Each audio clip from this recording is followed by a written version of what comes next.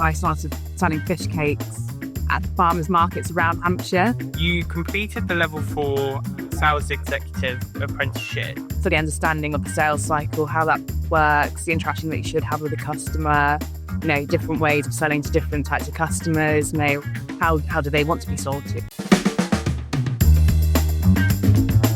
Welcome to the ISP NextGen podcast, where we speak to salespeople about their journeys to help you demystify the profession. We are joined by Georgia Cooke, who is an account manager at Shoptalk. Now, Georgia, thank you very much for joining me today. So why don't you introduce yourself and tell us a little bit more about you? Yeah, thanks for having me, Jordan. It's nice to be here. So, as Jordan said, my name's Georgia. I've been in sales for the last 5 years now. So, started my journey at the Care Oval, like the Surrey County Cricket Club. That was my first kind of insight, dip into selling, if you have it. I was there for about a year, so selling a couple of event spaces, very much hospitality, sports orientated. And then COVID hit, which obviously disrupted pretty much every industry to name it, but obviously hospitality and sports took a massive nosedive. And I started looking at, those industries that were booming, and tech was one of them. So my next kind of phase was like for a tech consultancy and for diegesis. And that was really great in terms of, learned about the instrumental or fundamental bits about selling, did the level 4 sales apprenticeship, met some amazing people, one of which was Guy Lloyd, who was a fantastic mentor for me, who still is now, still catch up with him on a regular basis, not daily basis. And yeah, that was really great for my own development. And then from there, I then went into subscription-based selling. So I worked for a legal business intelligence platform, completely different style of selling from the consultancy services that we saw at diegesis. And then again, I wanted to kind of push myself, have a new challenge.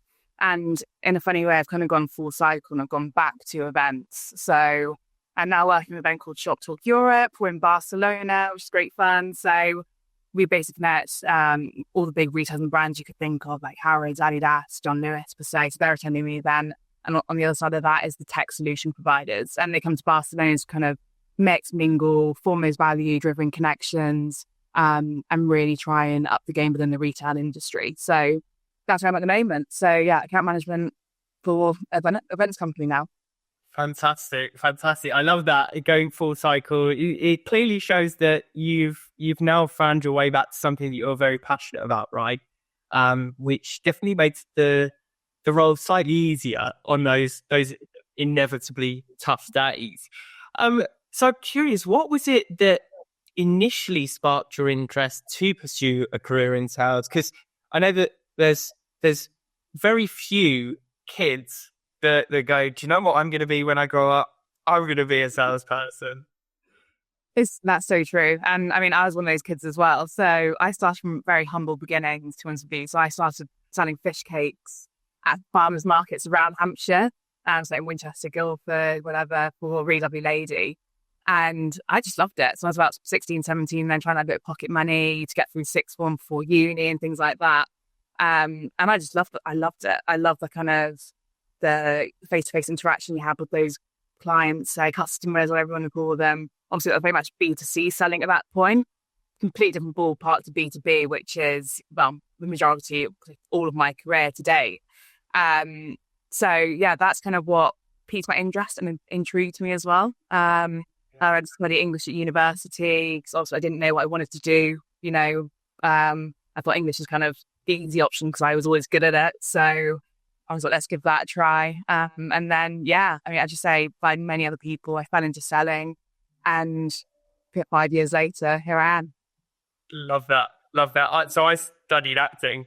I was going to go in that direction, and then feel like, no, do you know what? I'm going to come back to my roots. And similar to yourself, I spent some time in B2C telesales, and then moved into B2B telesales again, field sales. So that was really, really rough, sort of cutthroat industries. And for some reason, I decided, you know what, I'm going to stick with this. Call me crazy.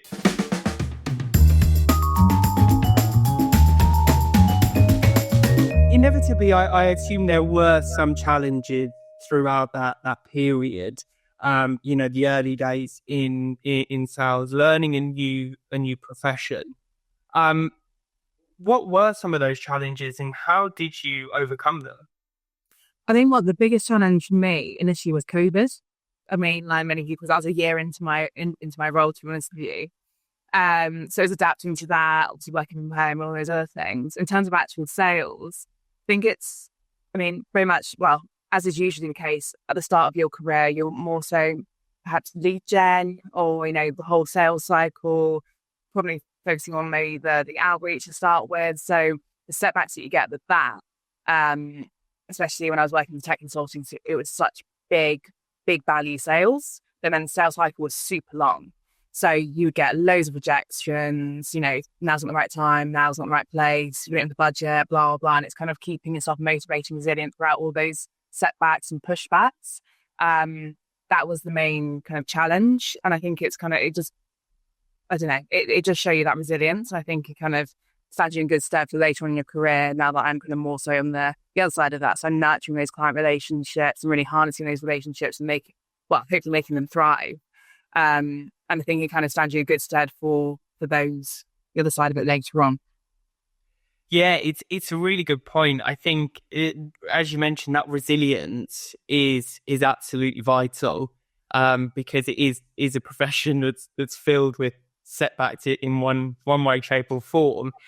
But additionally, that sort of trying to build those relationships. Now that you are on the other side of the fence, you want to ensure that you're engaging with as many stakeholders within that org, so that you're as sticky as possible, so that you're potentially uncovering some upsell, cross-sell opportunities, and also finding out what some of those secondary, tertiary challenges are that the business may be facing. Which leads me quite nicely onto my next question. Obviously, sales people, whether you are new business or in sort of growth, we are the forefront for any business. So what that means is we typically see and feel those drastic changes in the market, in buyer behaviors, most harsh. Are there any best practices or tips that you have to stay adaptable throughout those really tough periods and ensure that you're being consistently successful?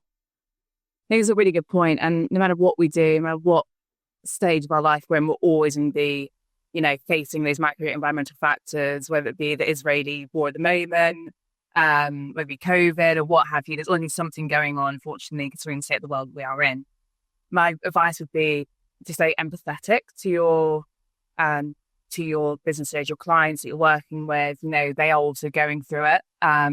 It's seeking out what challenges are they facing. Is there something we can do to potentially, set that back, or what value can we really offer them to make their life easier in that way? And if a common objection, say, is we don't have the budget for it, we're really tightly pushed at the moment, I simply can't do it. But then it's like, okay, well, I understand that. But if you then detract from your marketing resource at the moment, you're going to be penalizing yourself further down the line because you haven't actually outreached to those companies, which you could have done. Just kind of like spinning it in a certain way, which makes them realize the value of what you are potentially offering and how that can help them further down the line, despite, everything going on in the world. So that's kind of, that's how I've always positioned it in that sense, I think. Brilliant. And given you are in account management, how important do you believe it is to be regularly interacting with those A's, those new business salespeople? Is that something that you see as important, perhaps not so important? What's your opinion? 100%. I mean, I personally think it's super important to have a very holistic view of sales within your own company, and not just within your own company, actually, whether it be within your sector or, sales as a whole. And what is happening? Are there certain trends which you can kind of pick up on and use to inform your own way of selling or own way of dealing with your own clients? I think me particularly working with the new biz guys in my organization at the moment, finding out what challenges their clients are currently facing, whether that differs from my retention pots and my existing clients. Are there some trends forming? What can we do? How can we position our product really help alleviate their challenges? And I think having that dialogue within your own team is super, super important. And I think it's one of those things that makes fundamentally the sales team a lot better in the long run. Having that constant dialogue, working as a team, obviously it's a very individual, independent profession, I would say, but equally you've got to have that really lovely team dynamic in order to kind of further your own development within that as well. Yeah, indeed. That sort of unified go-to-market function, I think that provides that seamless experience for buyers. And it's not a case of, the new biz sales person selling the sun, moon and stars, handing it over to the customer success or account management team for them to put out the fires, essentially.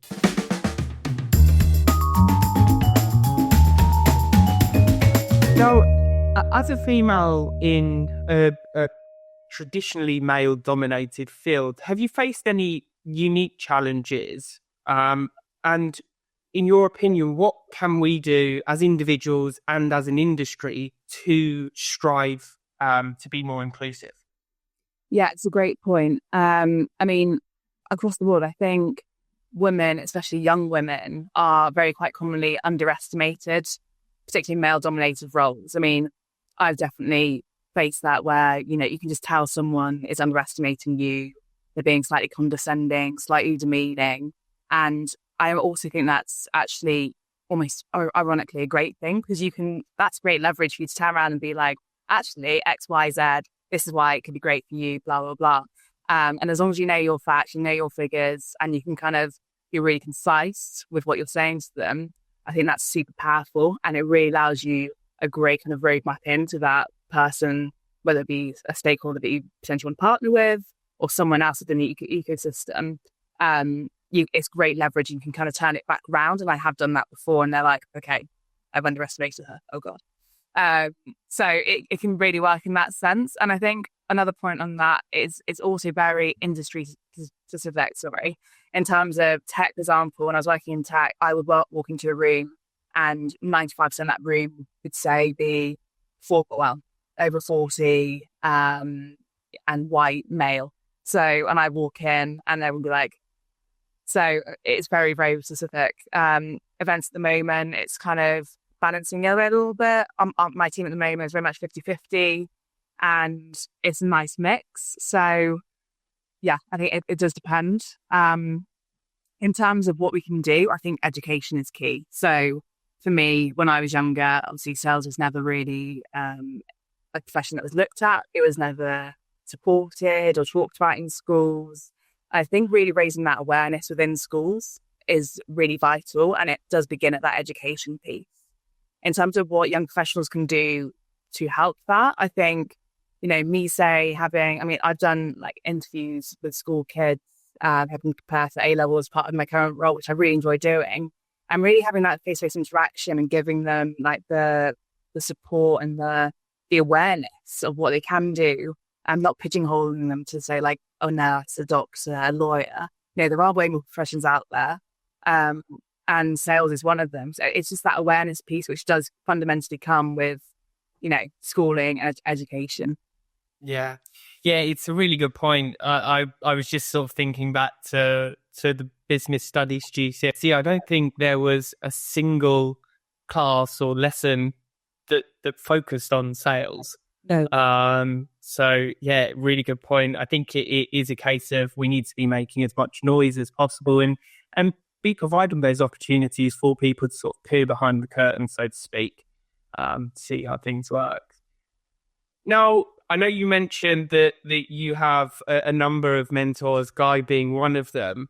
I'm sure that has given you a wealth of different pieces of advice. Mm-hmm. Are there any standouts for the best piece of advice that you've been given? I've got a couple, to be honest. So the first one from Guy, actually, I remember saying this to me, I think maybe a month in or something. I was getting frustrated at something, and he just said, your perception is your reality. So how others perceive you, how others see you, even though that might not be the case of like what you're actually doing, but that is their reality. And he is basically saying that in terms of whatever you output, you should make it super clear about what you're doing, the impact you're having, how you're cooperating with other teams, what benefits, all those other things, how that those like 4 or 5 pillars are perceived by the people is fundamentally, the person that you are. I think in sales, when things are super transparent with numbers and figures and blah, blah, blah, the things surrounding it, the interpersonal connections shouldn't go unnoticed. And it's really making an effort with those because as guys said, your perception is reality. And then the other one is from my granddad, ironically, well, not ironically, but he's a very, very driven, motivated man, but he'd always say, never do tomorrow what you can do today. And I've kind of taken those learnings and that mantra into my work. I always make myself to-do lists. I'm like, right, you need to get this done today. Obviously sometimes it doesn't quite always happen, but I think just having that and having that personal motivation to get those things done makes a difference. And obviously in sales, like you have to do this or end this, make it the time, there's so much outreach you can do, blah, blah. Obviously make it realistic, but I think those two will stand anyone in good stead. Yeah, agreed. My granddad also used to love that saying, and as she said, in sales there is always something else to be done. So it really is about trying to prioritize as best you can what needs to be done and by when.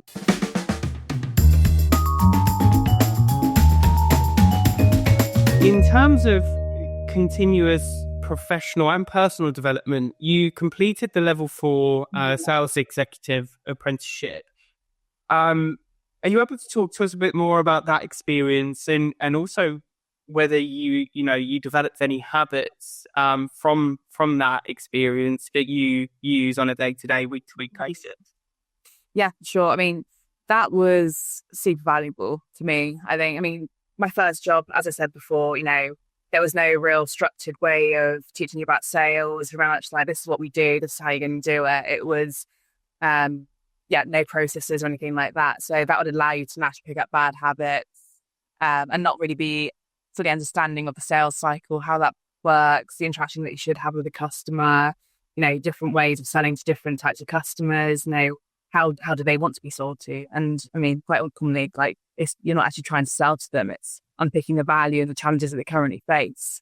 And I think undergoing, something like the level 4 is great for just giving you those fundamentals. And in that vein as well, so I previously wouldn't have bothered looking at, podcasts or anything like that. And now I really enjoy it. I love kind of finding new books, new podcasts. I mean, Guy's great, but he'll just kind of just ping me an email, something saying, by the way, there's this book out by blah, blah, blah. I think Sales EQ by Jeb Blunt is a really great one for those emotional sales techniques you can use in your negotiations. So I'm picking things like that. And me personally, my kind of personal on the tube or whatever, Big Fish by Spencer Matthews, I absolutely love. He speaks to really successful people within a multitude of industries. It could be on TV, they could be running a really successful business, but it's super interesting hearing about their mindset with certain things and how they kind of overcome setbacks. And it's super interesting, but I like applying things like that into my kind of daily work habits. And it's like, okay, I think there's nothing worse than being narrow-minded, nothing worse than getting stuck in old habits. I think if you can look beyond that and, look at the materials to support you and help you grow, then we should all be doing that as people that have those resources available to us. And we're very fortunate to all be in that position. We should use that. Yeah, it's such a powerful point that you're making. That I think if I were to summarize that, it's businesses all too often when they do hire sales talent, it's a case of, here's your phone, here's your laptop, here's your number, good luck. Yeah, maybe here's some product training. So it does end up breeding that sort of myopic view.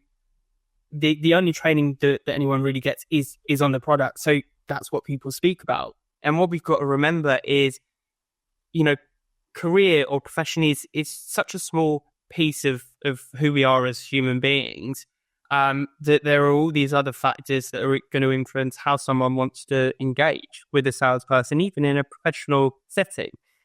So as much as we can, taking that holistic view is gonna pay us dues. 100%. And yeah, just on that point as well, it's nothing worse than having no experience and then being given, this is your job. You've got to go out and dial all these phone numbers, try and get someone on the phone, blah, blah, blah, blah.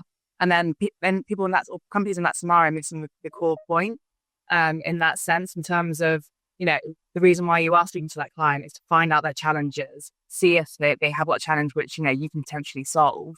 And then it's a potential partnership. Whereas quite commonly, businesses that don't kind of go that way about things are ramming things down clients' throat, potential clients' throat. They're not there for the right reasons. And it kind of leads to really bad business outcomes coming from it. So it's, super interesting. We could talk all day about that, but... I know we quite genuinely could, but I think I heard a Teams notification go off in the background. So I will free you and let you get on with your day. Georgia, really, really appreciated your time. It's been a fantastic session. Where is best for people to reach out to you if they'd like to? Yeah, please connect me on LinkedIn, shoot me a message. I'm more than happy to have a conversation, pick things up with anyone. If you're looking to actually embark on a career in sales, I'm more than happy to offer my advice or support. So yeah, just shoot me a message, shoot me on some LinkedIn, I'll pick it up. Perfect, Georgia. Thank you so much. To everyone listening, thank you for joining us, and until next time. Next time on the ISP NextGen podcast, National Apprenticeship Week specials. I went to university, lasted about 3 months. I much prefer not always having my head in the textbook. The only sales I've done was me buying shoes. So actually speaking to big organisations, high up people, helps you build that confidence of having a conversation with someone like that.